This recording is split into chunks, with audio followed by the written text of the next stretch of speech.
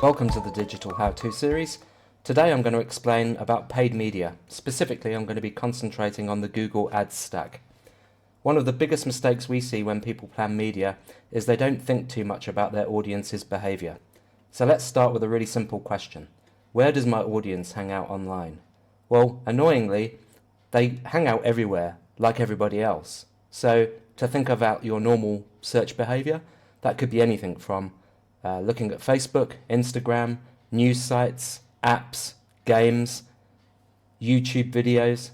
So we need to change the way that we think about media. Rather than plan in keywords and specific placements, let's actually think about audiences and that audience's behavior. We've spoken a couple of times about all of the different tags that can be used across the different ad platforms. So for example, Facebook, Instagram pixels, Twitter pixels, LinkedIn pixels, all of these common advertising platforms have the ability to place a bit of code on your website.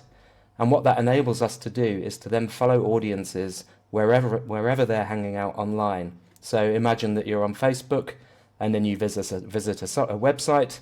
When you then switch to YouTube or Twitter or any other channel, as long as all of these pixels are deployed on your website, it's possible to follow that audience wherever they're hanging out, whatever their behavior is online.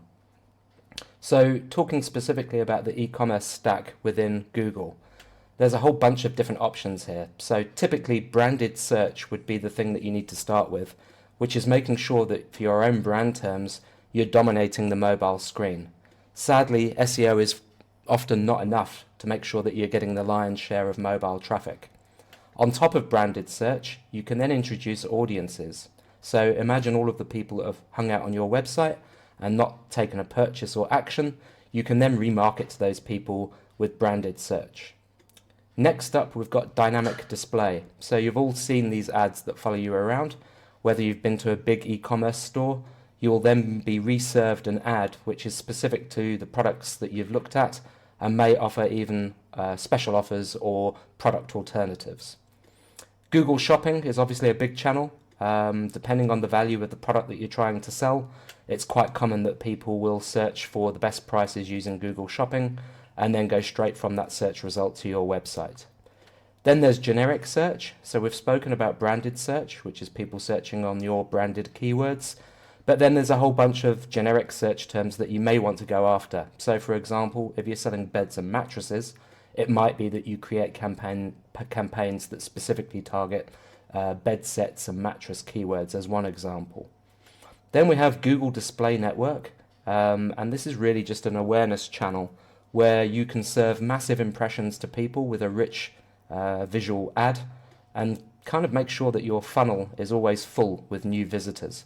Then the remarketing machine will work across all of the different things I've described, and you can start to serve that audience more than one message. If you think about the old radio days, it would take you 4 or 5 listens before you would actually remember what a ad is about and who the brand is. And digital's no different, which is why people talk about reach and frequency. It's all very well having massive reach, but you also need frequency in order for people to A, understand your brand, trust your brand, and then take actions. Then lastly, video. Video is obviously a massive platform for digital, not just YouTube. There's plenty of other channels and different media sites that deploy video ads. And don't underestimate just how powerful they can be in actually landing a message. Think of the old TV days and the radio days. Video is that online equivalent and is a really great way of actually educating people in a short snippet. So just moving through the Google stack. So dynamic display we've spoken about. That's mostly around retargeting people with specific products or product alternatives that they have consumed or that you wish to offer them. There's Google Shopping. So typically a list of items in a list from lots of different retailers. Very much a price game, but important that you're there if your brand or your competitors are also in the Google Shopping space. Then we have generic search or branded search, so the typical ads that you would see where you're bidding on keywords. And then we have GDN awareness ads, which come in lots of different shapes, sizes and formats. And these ads are very effective at following your audience wherever they hang out online. Lastly, video, which we've already spoken about, a really useful platform for education and driving interaction.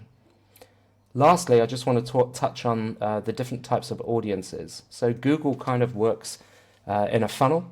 So at the top we have affinity, or rather demographic type audiences. As an example, that would be people who are interested in, I don't know, leisure and holidays. Massive reach, but not necessarily matched to someone's intent or behavior. The next level down, we have in-market audiences. This is where Google is looking at your search behavior and identifying that you're actively researching a product, and therefore you're classed as in-market or ready to purchase that particular product or service. Custom intent audiences are very much the same, just at a more specific level rather than a broad category like searching for an SUV or a 4x4 car. They will be more specific around, I don't know, individual makes, models, or variations of a vehicle. Then we have remarketing, and then lastly we have the ability to create audience segments, so based off specific actions on your website. So that's it in terms of a quick overview of how the Google stack works, and just remember that audience planning is key, and remember to use your Google Analytics to identify user behavior for effective remarketing campaigns.